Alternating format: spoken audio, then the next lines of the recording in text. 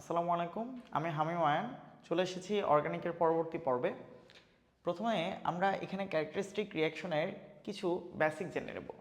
আমাদের কাছে এই ক্যারেক্টারিস্টিক রিয়াকশনের এই ব্যাপারটা মুখস্থ করতে হয় বা অনেক সময় আমাদের কাছে জটিল লাগে যে ভাইয়া কিভাবে আমরা মুখস্থ করব বা মনে রাখবো যে সংযোজন বিক্রিয়া আসলে এরাই দেয় বা প্রতিস্থাপন বিক্রিয়া আসলে এরাই দেয়। তো এই ব্যাপারে শর্ট একটা ট্রিক্স আছে। সেই ট্রিক্সটা হচ্ছে, আমরা হাইড্রোকার্বনের জন্য যদি ব্যাপারটা চিন্তা করি, হাইড্রোকার্বন কারা? সিঙ্গেল বন্ড, অর্থাৎ অ্যালকেন, এরপরে অ্যালকিন, এরপর অ্যালকাইন। তো তাহলে আমরা একটা গ্লাসের কনসেপ্টের মাধ্যমে এই জিনিসটা ক্লিয়ার করব। একটা পানি ভর্তি গ্লাস, এটাকে কি করা যায়? অর্ধেক ফাঁকা করা যাবে।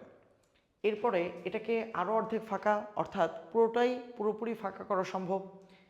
কিন্তু ফাঁকা গ্লাসকে আর কিন্তু খালি করা যায় না। ঠিক একইভাবে একটা খালি গ্লাসকে অর্ধেক পরিমাণ ভর্তি করা সম্ভব এবং অর্ধেক পরিমাণ ভর্তি গ্লাসকে সম্পূর্ণ ভর্তি করা সম্ভব। একটা ভর্তি গ্লাসকে কিন্তু আর ভর্তি করা যায় না। তো এটা থেকে আমরা কি বুঝতে পারলাম? ভর্তি গ্লাসকে আর ভর্তি করা যায় না, অর্থাৎ সংযুক্ত করা যায় না। তার মানে এটা হচ্ছে অ্যালকেন, এটা হচ্ছে অ্যালকিন, এটা হচ্ছে অ্যালকাইন। এই তিনটা গ্লাস তিনটা ব্যাপারকে রিপ্রেজেন্ট করছে। সো অ্যালকেন কিন্তু সংযোজন বিক্রিয়া দেবে না। ঠিক একইভাবে অ্যালকাইন যেটা, সে কিন্তু যেহেতু তাকে আর ফাঁকা করা যাচ্ছে না, খালি করা যাচ্ছে না, সে কিন্তু অপসারণ বিক্রিয়া দিবে না। সো এই গ্লাসটাকে ভর্তি করা সম্ভব, সেটা অর্ধেক হোক সম্পূর্ণ হোক, অর্থাৎ সে দিবে সংযোজন বিক্রিয়া। অ্যালকাইন সংযোজন বিক্রিয়ায় মূলত অংশ নিতে চায়। ঠিক একইভাবে এই গ্লাসটাকে আমরা খালি করতে পারি এবং এই গ্লাসটাকে খালি করার পর আবার কিছু দিয়ে রিপ্লেস করতে পারি, অর্থাৎ পুনরায় কিছু দিয়ে ভর্তি করতে পারি। তার মানে সাবস্টিটিউট করতে পারি, অর্থাৎ অ্যালকেন অপসারণ বিক্রিয়াও যেমন দেবে, বৈশিষ্ট্যমূলক বিক্রিয়া এবং প্রতিস্থাপন বিক্রিয়াও তেমন দেবে। আর অ্যালকিন যারা আছে তাদেরকে আমি অপসারণও করতে পারি, খালিও করতে পারি, আবার পানি দ্বারা ভর্তিও করতে পারি। তার মানে কি? তার মানে হচ্ছে সে অপসারণ এবং সংযোজন উভয় বিক্রিয়া দেওয়ার জন্য কিন্তু প্রস্তুত থাকবে। আচ্ছা, তো এই বেসিক কনসেপ্টটা আমরা বুঝতে পেরেছি। এবার আমরা এপাশে চলে যাচ্ছি। তো আমরা খুবই ইম্পর্ট্যান্ট একটা ব্যাপার নিয়ে আজকে ডিসকাস করব, সেটা হচ্ছে সমানতা। তো সমানতা থেকে আমাদের কম বেশি প্রায় প্রশ্ন চলেই আসে, হোক সেটা রিটেন, হোক সেটা এমসিকিউ। খুব গুরুত্বপূর্ণ প্রশ্ন এখান থেকে হয়ে থাকে। তো আমরা জানি যে সমানতা বা আইসোমারিজম দুইটা টাইপের। একটা হচ্ছে গাঠনিক বা স্ট্রাকচারাল আইসোমারিজম এবং অপরটি হচ্ছে ত্রিমাত্রিক বা স্টেরিও আইসোমারিজম। তো গাঠনিক সমানতায় আমরা জানি পাঁচটা টাইপ আমরা এখানে দেখতে পারি, ঠিক কিনা? সো প্রথমটা হচ্ছে শিকল বা চেইন আইসোমারিজম, দ্বিতীয়টি হচ্ছে অবস্থান বা পজিশনাল আইসোমারিজম, তৃতীয়টি হচ্ছে কার্যকরীমূলক বা ফাংশনাল গ্রুপ আইসোমারিজম, চতুর্থটা হচ্ছে মেটামারিজম এবং পঞ্চমটা হচ্ছে টটোমারিজম। এবং ঠিক একইভাবে যদি স্টেরিও সমানতা অর্থাৎ ত্রিমাত্রিক সমানতার মধ্যে আমরা টাইপগুলো দেখতে চাই, প্রথমটি হচ্ছে সিস ট্রান্স সমানতা, দ্বিতীয়টি হচ্ছে আলোক সমানতা বা অপটিক্যাল আইসোমারিজম। তো একটা একটা করে এখন আমরা গল্প করি। তো প্রথমে যেটা আসছে সেটা হচ্ছে শিকল বা চেইন সমানতা। একটা কার্বন শিকলে অনেকগুলো কার্বন অবশ্যই থাকবে। এই যে একটা কার্বন শিকলে কার্বনের সংখ্যার যেই ডিফারেন্স, মানে তারতম্য, ভ্যারিয়েশন, এটাই হচ্ছে শিকল বা চেইন সমানতা। এরপরে আছে অবস্থান বা পজিশনাল আইসোমারিজম। এখানে আমরা দেখব একই ফাংশনাল গ্রুপ, অর্থাৎ কার্যকরী মূলক থাকবে দুটি যৌগের মধ্যে, কিন্তু তারা ভিন্ন কার্বনে অবস্থান করবে। সো এটাই হচ্ছে অবস্থান বা পজিশনাল আইসোমারিজম।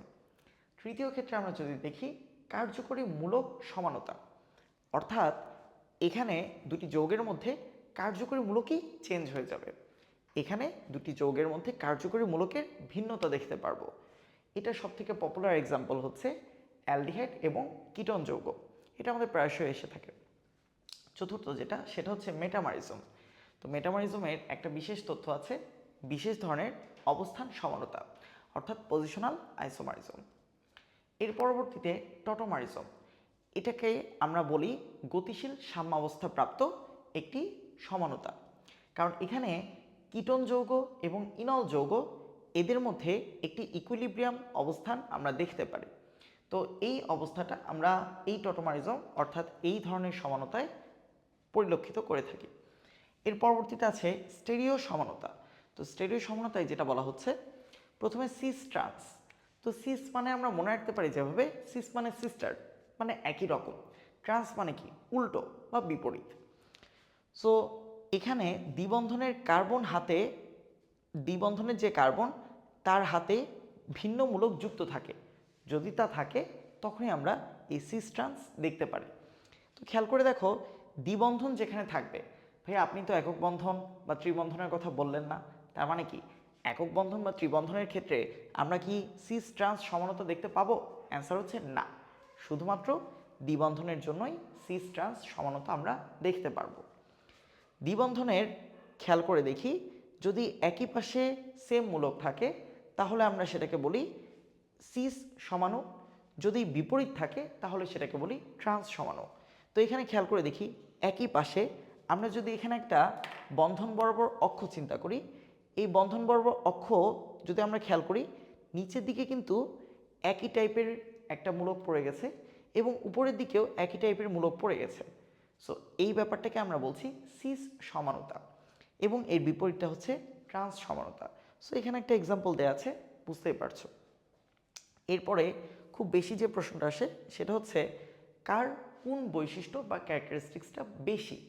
তো সিস যৌগের জন্য স্ফুটনাঙ্ক, দ্রাব্যতা, ঘনত্ব, প্রতিসরণাঙ্ক সবই বেশি। ট্রান্স যৌগের জন্য কোনটি বেশি? গলনাঙ্ক, স্থায়িত্ব, স্টেবিলিটি। গলনাঙ্ক মানে মেল্টিং পয়েন্ট, আর স্ফুটনাঙ্ক মানে বয়লিং পয়েন্ট। তো আমরা এই ট্রান্স যৌগের মাধ্যমে জিনিসটাকে মনে রাখবো, তার কারণ এই জিনিসটা বারবার আসা প্রশ্ন। এর পরবর্তীতে আমরা যদি আলোক সমানতা নিয়ে কথা বলতে চাই, সো অপটিক্যাল আইসোমারিজম, এখানে আমাদের কিছু ইম্পর্টেন্ট টার্ম আছে, এই ইম্পর্টেন্ট টার্মগুলো আমাদের বোঝা লাগবে, যেমন অ্যানানসিওমার, ডায়াস্টেরিওমার, রেসিমিক মিশ্রণ। তো প্রথমত বলতে চাই, আলোক সমানতা আমরা কার জন্য পাবো? তো আলোক সমানতা ব্যাপারটা হচ্ছে, কোনো যৌগের মধ্য দিয়ে, অর্থাৎ কোনো জৈব যৌগের মধ্য দিয়ে যদি আমরা আলো প্রবেশ করাই, অবশ্যই সেটা তল সমাবর্তিত একবর্ণী আলো হতে হবে। তা যদি আমরা পাস করাই তাহলে সেই আলো একটি নির্দিষ্ট কোণে ঘূর্ণন ঘটে, এটাকে আমরা বলছি, যারা এটা করতে পারে তাদের জন্য আমরা আলোক সমানতা পেয়ে থাকি। তো যেমন রেসিমিক মিশ্রণ কাকে বলা হয়, এই সংজ্ঞাটা বা এই ডেফিনেশনটা খুবই আসে, দুটি সমমোলার এনানসিওমারের মিশ্রণকে রেসিমিক মিশ্রণ বলে, এবং এটি কিন্তু একটি আলোক নিরপেক্ষ যৌগ। তারপরেও কিন্তু আমরা সেখানে কি পাবো? সেখানে কিন্তু সমানতা হিসেবে পাবো। তার মানে আলোক নিরপেক্ষ হোক বা সক্রিয় হোক, সে কিন্তু সমানতার মধ্যে পড়বে। দুটো কিন্তু ডিফারেন্ট কনসেপ্ট, আশা করি বুঝতে পেরেছি। তো এখন এখানে একটা এক্সাম্পল দেখানো হচ্ছে যে ডি ল্যাকটিক অ্যাসিড এবং এল ল্যাকটিক অ্যাসিড। তো আমরা সবাই বুঝতে পারছি যে বেশি ভর থেকে কম ভরের দিকে একটা ঘূর্ণন ঘটে, তো হতে পারে সেটা ডান দিকে, হতে পারে সেটা বাম দিকে।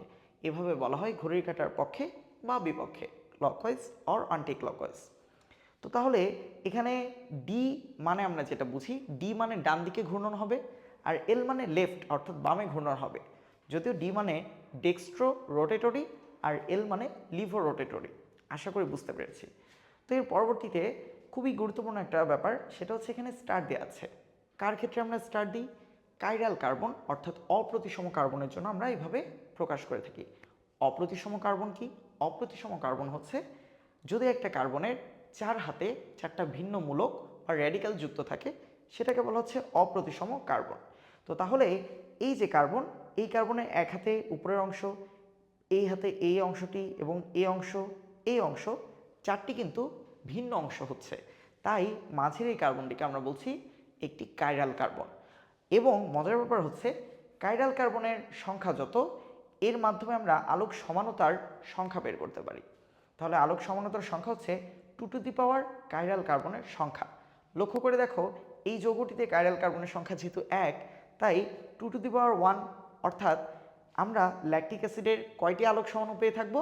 অবশ্যই 2টি, 2 এবং সেটা কিন্তু আমরা এখানে দেখিয়েছি। তো এর পরবর্তীতে খুবই গুরুত্বপূর্ণ একটা ব্যাপার, সেটা হচ্ছে আণবিক সংকেত এবং সমানতার সংখ্যা। অনেক সময় আমাদের এই প্রশ্নটা হয়ে থাকে এভাবে, অনেক সময় সিকিউতে এরকম আসে বা এমসিকিউতেও আসে, আণবিক সংকেত বা মলিকিউলার ফর্মুলা দেওয়া থাকে এবং সেখান থেকে আমাকে সমানতার সংখ্যা অথবা কাদের মধ্যে এই সমানতা পাবো সেই জিনিসটা আমাকে এক্সপ্লেন করতে বলে বা আমাকে দাগাতে হয়। তো C2H6O এই সমানতার সংখ্যা আমরা পাই 2টি। তো কাদের মধ্যে পাবো? Ethanol, dimethyl ether. এটা খুবই পপুলার একটা এক্সাম্পল। এর পরবর্তীতে যদি দেখি C3H6O, তো তার ক্ষেত্রে আমরা দুটি সমাণু পেয়ে থাকব এবং সেই দুইটি যৌগ কি হবে? একটি হচ্ছে প্রোপানল, আরেকটি হচ্ছে অ্যাসিটন। তো একটি ছোট্ট গুরুত্বপূর্ণ ইনফরমেশন দিয়ে রাখি, সেটি হচ্ছে এই যে অ্যাসিটন যাকে বললাম, এই অ্যাসিটনটা হচ্ছে আমাদের জৈব বিক্রিয়ায় অর্থাৎ সবথেকে বেশি ব্যবহৃত জৈব দ্রাবক বা অর্গানিক সলভেন্ট। এই অর্গানিক সলভেন্ট আমাদের খুবই গুরুত্বপূর্ণ কাজে লাগে। তো আজকের মতো এই পর্যন্তই। আল্লাহ হাফেজ।